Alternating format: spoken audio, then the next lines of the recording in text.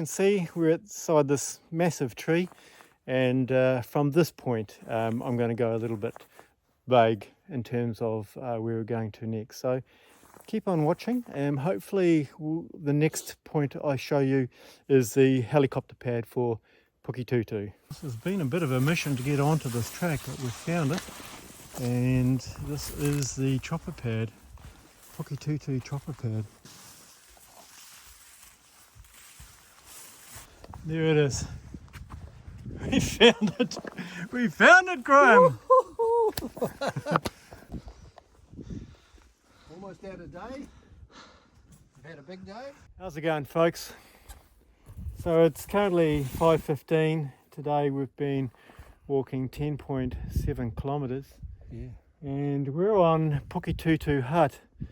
So this is a private hut, and you will need to get permission to come here. Hunters, if you're watching this, I have seen Lee. I won't say any more in terms of surnames and contact numbers, but we have approval to be here. We were a little bit disappointed coming up the track that all the markers have been ripped off and thrown into the bush, so I've retrieved that to make it a lot less misleading. Yeah. So yeah, Puketutu Hut. So it's one of the forgotten 5. So that's 4 of them now I've done. Motopiri, Karitatihi, Mangamuka, which we did this morning, and Puketutu. So these were all built in the 1970s by the New Zealand Forest Service, and they were taken over by the New Zealand Deerstalking Association. But this one is a private one. You won't find it on any topo map. So let's have a bit of a look in, shall we? Oh, I will say, rumour has it that if you peed off this front over to there, you'll actually end up on dockland. But this land, a metre this side of it, is apparently on private land. So let's have a look.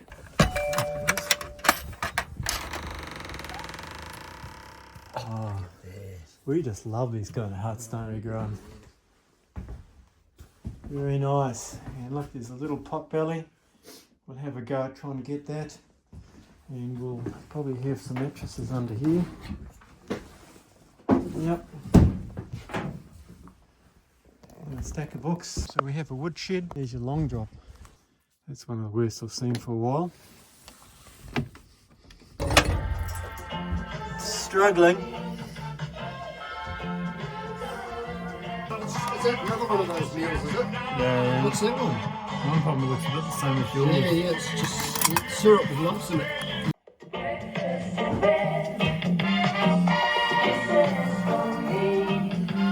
Does it get any better than this, Graham? Hey? Oh!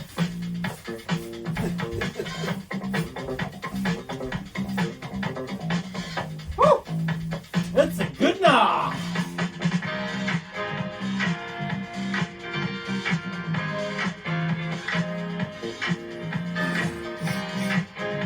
How good is having music? It's so good! Yeah, a whole new dimension. Yeah! It's probably us for the night. Graham and I have had a bit of a strong drink tonight, so we're both in pretty good spirits, and we'll catch you again in the morning. So look, if you haven't done so already, please hit that like button, hit that subscribe button, and you can be rest assured that tomorrow we'll carry on this adventure.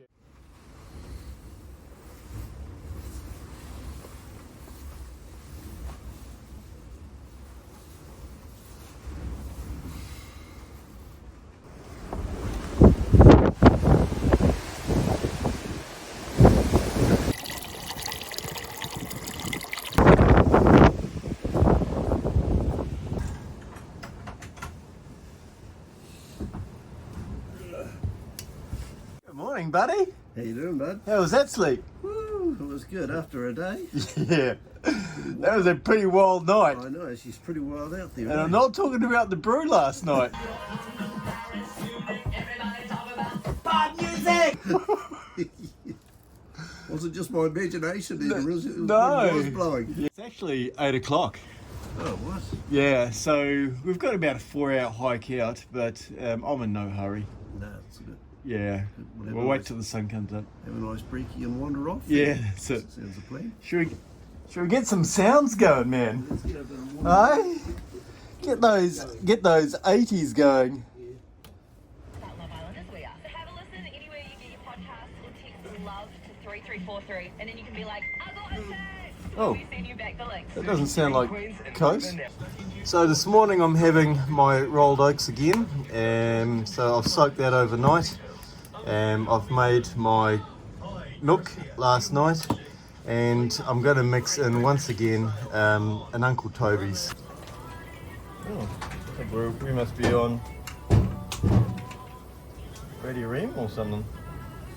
Yeah. That's not so bad. There's quite a few stations here. It seems Life FM. like FM. Yeah. So we're on Coast last night, now Life FM. Oh, is it Life FM? It sounds a bit like it. We didn't change the channel. No, we didn't. Maybe we're meant to listen to it, man. There you go. Maybe it's a Sunday. Maybe we're supposed to be at church this morning.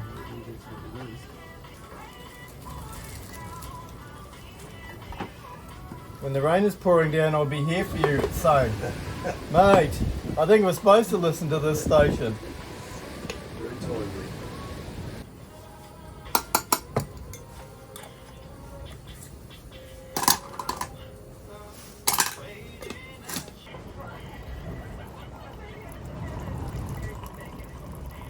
You teasing me again with that bacon, bro? No, this is a real breakfast. No? Forget about that soggy porridge. This is what you're really after, isn't it? What you really Mate, I want. can see there's 2 pieces there, so it's one for you, one for me. Is that how it works? In your dreams, in your dreams. I am, but I know that you're just such a nice guy. I know you know the way out of here, so I'm probably a little bit dependent. Look, I promise I'll get you out of here safely. Okay, Yeah. you promise? Please, sir, I want more. Here it is. Do you know where's that from? Oh yeah, it's a movie. It is. Which movie is it? Ah, Oliver Twist. Oh, more. Yes, Yeah, it would be. yeah. It would be. In fact, we're probably living a little bit like that right now. One of the most unusual things in this hut is this rather impressive device, and we can only imagine that it's kind of like a can crusher. So if they had baked beans cans, or I guess beer cans, I guess they just would Ooh, now we don't like it. Look at that. There it is. there you go. So if you think this is something else, write a comment down in the description. But this is pretty jolly impressive. Deck chairs here. Oh mate, perfect. Mate, on such a sunny day, let's get the music going. Get out there and get some rays, boy.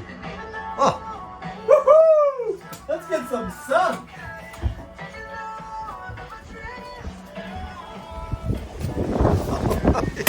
forgot your suntan lotion, buddy. All I need now is some sunnies. Cold drinks will be coming up soon. Oh, thank you. Bring on the heat. Oh man, I think I'll just enjoy it from in here.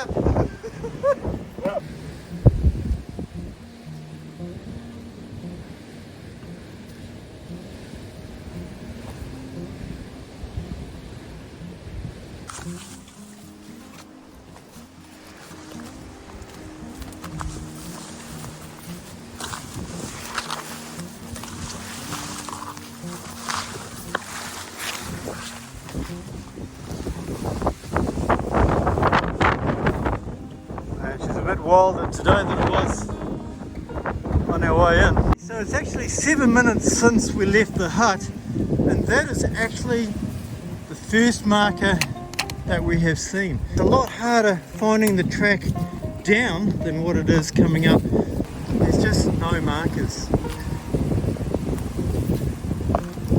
which must be intentional. And that's why I'm going to keep this exact location a little bit quiet in order to protect that privacy. So we've just come down from the Puketutu Hut, and we're now on the north-south intersection. I won't disclose where that is. But that wasn't easy coming down. No, there's very few markers, and probably a good 6 times we actually had to do a little bit of Yeah. track. Several options at times, weren't there? Yeah. And we had to stop And even when we came onto the north-south track, we came on it at a different point with a bit of bush bashing than where we went in last night. So just as a caution, if you're trying to find this private hut, please do not attempt it was an hour going up for us last night, and I think half an hour coming down.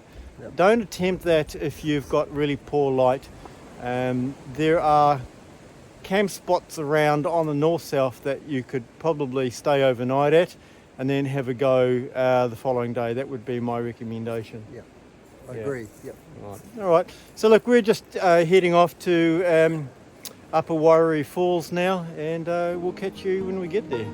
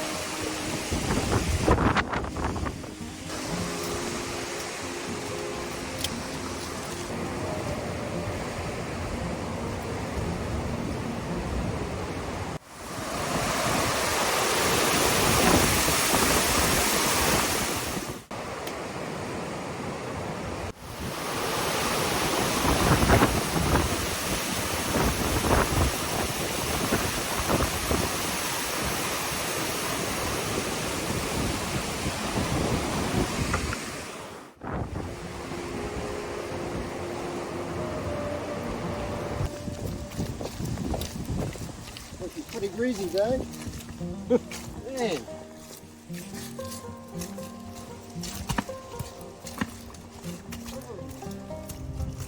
Heard rumours of the Kaimai Yeti, and here is the evidence of it. So Graham and I are going to go on a Yeti hunt.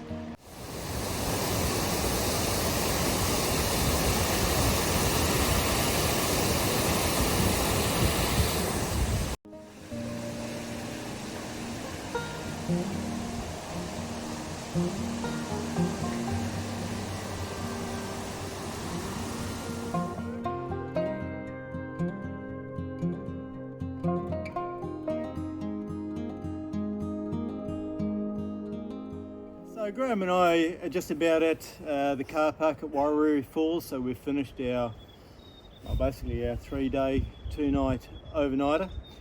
And something I'd like to start thinking about introducing to the channel is at the end of every video, do a highs and lows. So yeah, let's start off a highs and lows with Graham. Well, this has been one of those trips when there's been hardly any lows to concern yourself about. Yeah. We've had an awesome time. I'll mention the lows first. Probably the lowest point on this trip has probably been the toilet at the Puketutu Hut. If you're training for the third world, we'll go there and you get used to it. But apart from that, it's been a great trip, and I think for me, we've had such a lot of fun. Yeah, we've had a lot of fun. Got into a lot of mischief and had a lot of fun. It's been cool. Mischief. Well, We don't get up to mischief course when not. we're No, not with no, our of course wives. not. Cut that piece out. Yeah, well, that's going to get cut. And also, but we had our goal. We were going to go to the Puketutu Hut, and we did. And we had a little bit of a glitch trying to get there, but that was a high point, achieving that goal. Yeah. And I suppose in a perverse way, me cooking bacon and eggs Oh, in front yeah. of Dave when he was going through a sludgy Yeah, porridge. that's That was a sort of a high for me. Yeah, I won't let you do that again. I think that's a once. Yeah, I'm going to bring bacon and eggs next time. So it was a great trip. Yeah. I think the high for me, and this will sound unusual, is I banged into a young hunter called Toby at Wairere clearing, and he just came straight up to us and said, "Hey, Outdoorsman Dave." And look, not to sound conceited, I actually really need that for the hours that I put in, and it was just really nice to hear someone acknowledged and recognised. The second one, of course, is getting to Puketutu Hut. So way back in August last year, Graham and I were talking about that, and we've had 3 attempts now. So this is probably could be called third time lucky to get to Puketutu Hut. So definitely a highlight. Look, we've met a lot of really nice people. We met bow hunter Steve and his son 3 days ago. We met Terry, David and Bev at Te Where Oki yesterday. A really big thank you to Diane, who's picking us up shortly at the car park. That's just saving us having our fuel lines cut and siphoned. And of course Farmer Scott, who drove us from his house up to the start of the Te Hui track. Very grateful. Yeah. Yeah, so anyway, look, thank you so much for watching again. Of course, you know what to do. Hit that like button, hit that subscribe button, and you can be rest assured that Outdoorsman Dave and hopefully friends are going to show you a few more secret huts and secret tracks in the near future.